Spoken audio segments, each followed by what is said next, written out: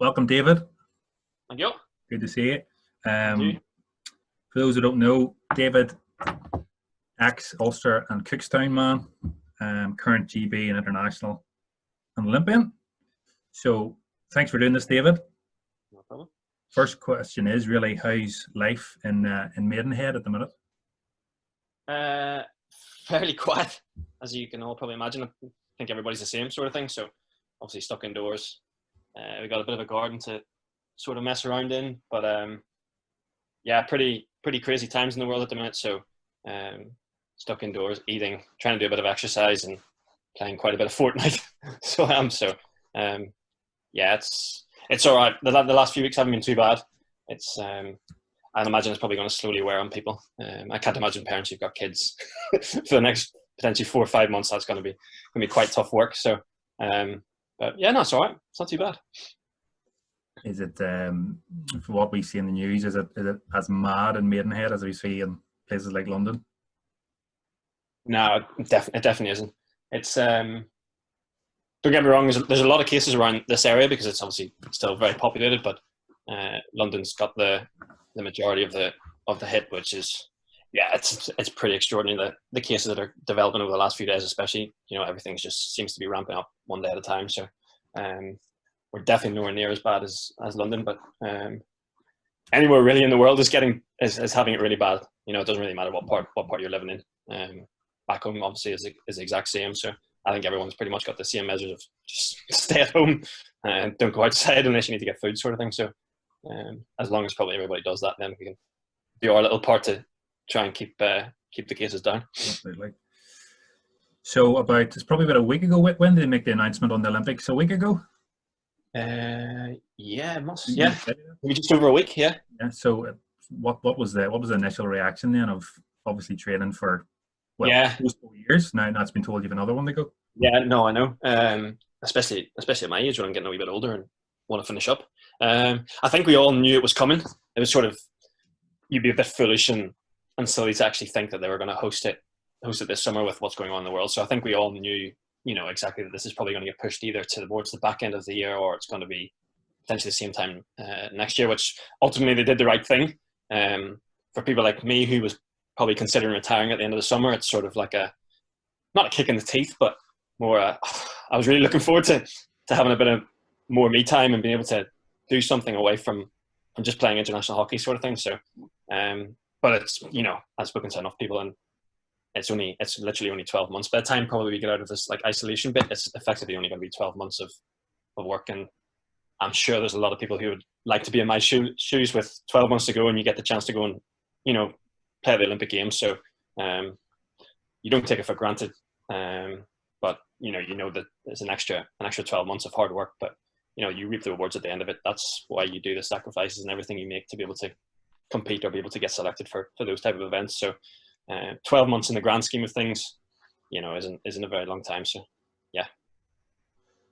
So you mentioned we're in isolation. Hopefully we're out of this sooner rather than later. What are you doing, or what can you do from home? Yeah. Training wise, is it like you're an athlete now and you have to keep yourself in the right shape? What are you doing? Yeah, I suppose until it got announced last week, we sort of were under like strict guidelines and given home workouts, and at that point, we were still allowed to go to say cricket pitches or football pitches to run. Now it's a wee bit different because we know that the games is now 14 months away. It's we sort of tailored down and had a bit of a break. So we're still able to do stuff and we're still allowed to do stuff. We're just not going at basically the rate at which we were trying to build up for the Olympics in the summer. I'm lucky enough to live with Maddie Hinch, the goalkeeper for the women's squad, and she's managed to source us out basically a full gym and watt bike. So we managed to deck the garage, completely refurbed it into like a homemade gym, which has been great, sort of thing. So it's been nice to be able to do stuff every day. So we sort of tried to keep training with ultimately 2 times a day of doing either circuits or gym in the morning and then doing like a conditioning in the afternoon on the bike, which has been good fun because you're able to do it whenever you want. There's no real burdens on, you have to be here at a set time, and you can wake up a wee bit later and and enjoy yourself a wee bit more and have a bit more downtime and not have to think too much about hockey. So there's still stuff in our planet which we have to do.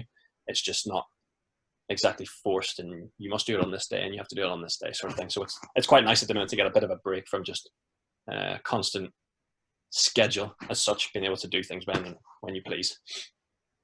I think that's probably the same for everybody in every line of work, isn't it? So obviously there was a plan going forward.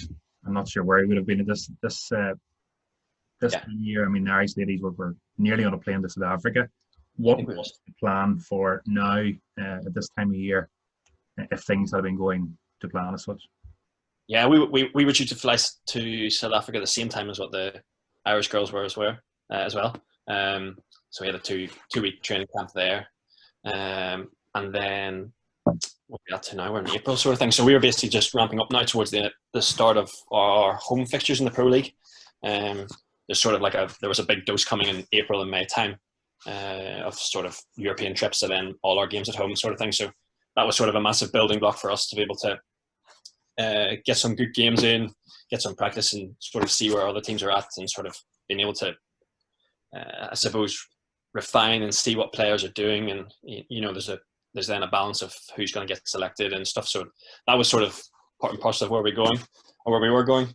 And then we had a couple of trips away just in end of June, sort of like warm weather, heat exposure for humidity into, I think we were going to Turkey, before then going over to Tokyo, sort of thing. So that was the plan. Now it's very different. It's all up in the air, so we don't actually know exactly when we're going to be back into full-time training. Is it going to be in the summer? Is it going to be in September? They sort of have a date in their mind of potentially not going back until September, because we've got so long until the games now that we don't need to rush back too early, because there's so much time. And then what way do they play the Pro League next year? Do they play the Pro League that we've just missed next year, or do they start it early? The Europeans is due to be 2 weeks after the Olympic Games. It's obviously a big one because it's the World Cup qualifier. So do you bring that early? Do you put it later back in the year? Yeah, there's a lot of things. It's like nobody knows exactly what's going to happen in the next. Like tomorrow, we don't even know what's going to be happening. So it's very hard for people to determine what's going to happen in months to come, and whether we're going to be back training at a certain stage or not, sort of thing. So I think it's more just taking each day and week at a time, and enjoying a bit of downtime, and not thinking too much about hockey. I think, well, all the squads are probably, I guess, maybe you don't know, or maybe you can't say, but how close were you to, I don't mean you, like how close were the squad to selection there? I think it was the 1st of June.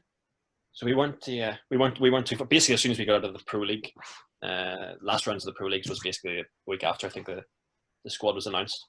Sort of thing. So that throws a whole mix up into the plan now of people who potentially weren't going to go, or were a wee bit off the squad or training squad as such. Now I have another 13, 14 months to build into trying to get selected, sort of thing. So it's like you're almost starting again, really. So it'll be interesting to see what actually happens, whether people stay on, because obviously people have tried to tie in jobs from September onwards. People have obviously thought about retirement. People have wanted to go and play abroad, or go back to uni because they needed to study or finish a degree. So it'll be an interesting time when we go back to see exactly what's going on and how the program's actually going to unfold. Good man. Right. We've a few questions from Facebook and Twitter and Instagram here. nothing to catch you out. So first one's a nice easy one. Sorry, I don't have written down where they come from. You're wearing your shirt. What the first one was, what stick are you currently using? I'm using the STX RX 901. So, yeah. Are you a 37.5-inch man? 37.5. Just recently changed. Yeah. Okay. Make a difference? It's hard to really tell. Well, I had mine cut to 37, so bit of a difference, you could say. Right. Let's give you one. Your best player you've played with, and best player you've played against. God. The best player I played against is probably Toon de Nooy of the Netherlands. Probably someone I grew up admiring and watched from a young age. Technically, one of the most gifted players has probably ever played our sport. So dynamic and could could do pretty much anything.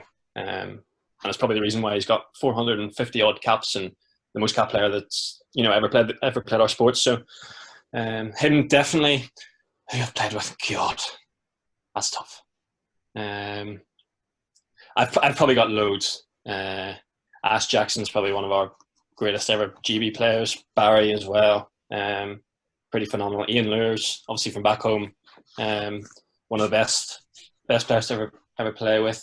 Eugene McGee, I've always said, is probably one of the, and people will shout at me, he's probably one of the best players to ever wear a green shirt, in my opinion. And obviously just retired, and I hope he's doing well. Yeah, those would probably be my main. I can't say I have a real standout one. Easy, it's too difficult to choose, and I've been able and lucky enough to play with a lot of top players. Andy Barber back in Cookstown, as well, sort of thing. So there's too many. The list could go on. I can't. It would be unfair to name just one. That's a decent 5 now, isn't it? It's, and Adam Toon will be a 6. Good 5-a-side. Good one here. Your favourite moment in an Ulster shirt, if you can remember those days. Favourite moment in an Ulster shirt.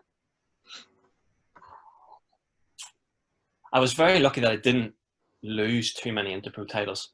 I think one of the best ones I had was the first time I got called up to the senior team. I think Marky Irwin was coaching at the time, and David Scott, the late David Scott, and I think we beat Leinster at 3-Rock 2-1. And I remember playing against Stephen Butler, and we've had a couple of rivalries over the years with club and stuff like that sort of thing. So I can remember beating them down there to win it. That was probably one of my fondest. One, because I was quite young and came into it at an early age and seeing a lot of internationals play at that level, and what it was like to play in front of a fairly big crowd, but with, I think there must have been probably close to 20 internationals over the course of both teams, and those are still one of the very fond memories and one of the best weekends you have with Interpros, whether it be at 16s or 18s or 21s. Yeah, that was probably one of the highlights. Yeah. What year was that? 08 or 9? It would probably be it could even be 07 or 8. Yeah, roughly. I think you've answered Hockey Hero. Are we going Toon on that one? Yeah, probably would be. Two parts. So it was a Hockey Hero, which I think we've answered, and just the sports hero. Sports hero, LeBron James, LA Lakers. Yeah, I'm a massive American sports fan, so I love my NFL, love my NBA, as obviously you do as well. We got a few of us in the squad who really enjoy the NBA. But yeah, LeBron at the minute I have a massive liking to, not just because of how he plays and the way he is on the court. It's more how he does everything off the court, and just likes to be himself, not think too far ahead about what he's going to do when he finishes. Obviously, he's very good within his community, and tries to inspire the next generation of kids that are coming up to play basketball and help with whatever he can, sort of thing. So I take a lot from him. Yes, he's an incredible basketball player, and for me, he's the GOAT. And I know you'll probably have a different opinion, as we've spoke about many times over WhatsApp. Yeah, for me at the minute, he's definitely an idol that I really enjoy watching play, but also enjoy listening to away from the court when he speaks about what he's trying to do to help people and inspire the youngsters. No, I agree. You're agreeing that he's the GOAT? Is that what you're agreeing? I'm agreeing that he's incredible. On and off the court. This is for me now. What about Taco Tuesday? Is that still happening? Taco Tuesday happened on Tuesday. I'm yet to get a shout out from the king himself. So yeah, that's continuing in our house. It has been for a while. It has been with you as well, I think. Sort of thing. So yeah, I'm enjoying it while I can. Right, back to hockey.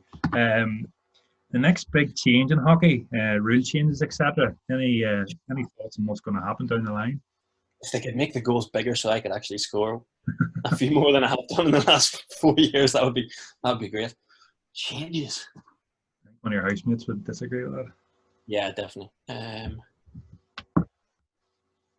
The only real change I can see coming is something to do with the penalty corner, because of the danger that it is at the minute and how much padding people actually have to wear. Yeah, have to wear. It takes away the actual excitement and enjoyable, part of drag flicking sort of thing if you can't do it. But that's the only one I can really see at the minute. It's so hard. It's so hard. The game's quick enough without having to change the rules to make it quicker. Or anyway, I think it's quick enough at my age. So that's really the only one I can see as potentially a bit of a change in the corner, with whether they just have a flicker against a goal. God, you could have so many different ways, or one person on the post and no runners, etc. I don't know. I don't know how they would do it. Right, last one. Going away from hockey on Twitter. It says, "Hey David, what's your go-to setup for Fortnite?" I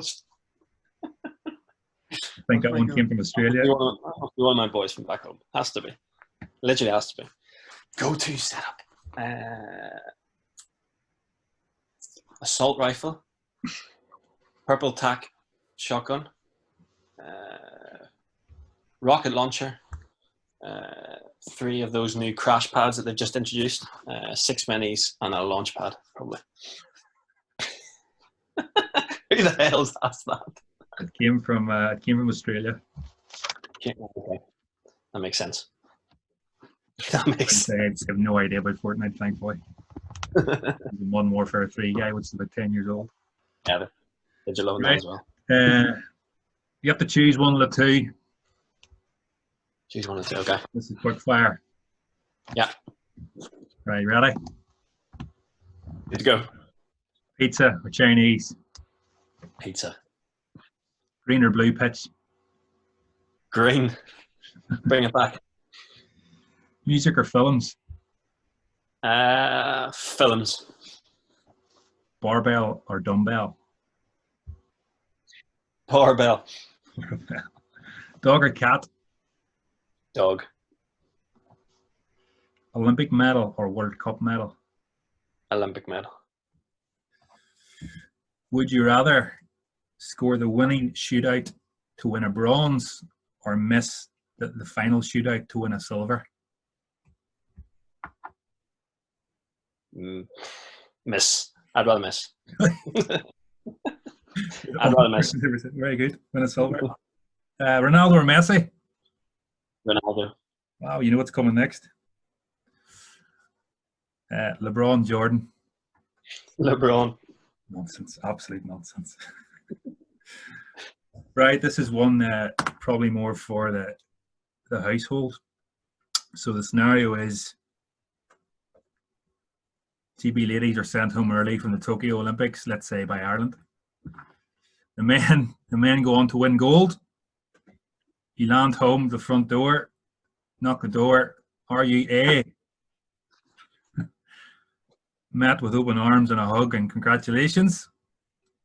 Are you B, given the silent treatment for 2 weeks? Or C, has Matty Hinch changed the locks?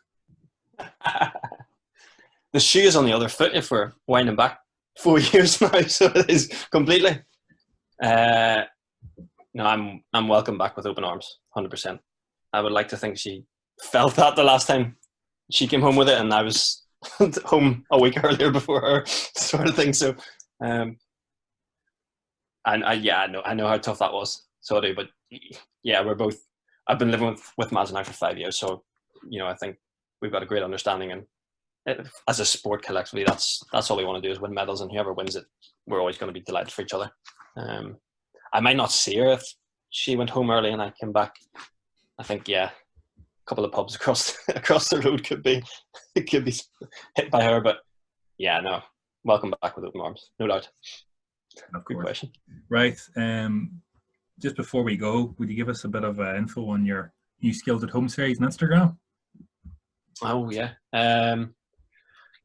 Just trying to do well. I'm bored, sort of thing. So and me. I enjoy my coaching, and I enjoy trying to help kids develop. And when I come back to Cookstown, I try and spend a bit of time with the kids up there, or whoever wants it, sort of thing. So I've been hemming and hawing about doing it for weeks and weeks, and kept putting it off. So I'm finally able to trying to upload some content, just of like small skills you can do at home. Really, nothing too dramatic because my skill set doesn't go that far. But it's more just to give kids an idea of potentially what I'm doing at the minute. when I get a bit of time to practice, or for kids to learn new skills, or just continuing doing what they're doing, sort of thing. So hopefully they enjoy it, and they can reap the benefits of just being able to mess around at home, regardless of whether you've got an Astro or just a brick wall or just concrete. Give it a go and see what you think. Like and share. Let's say you may give your give us your Twitter handle or your IG handle. At David Ames 5. Fairly straightforward. David Ames 5, probably good. Okay. Like and share. Right, David. That's us. Super. Thank you very much. Thank you very much. Thank you. What? Thank you all.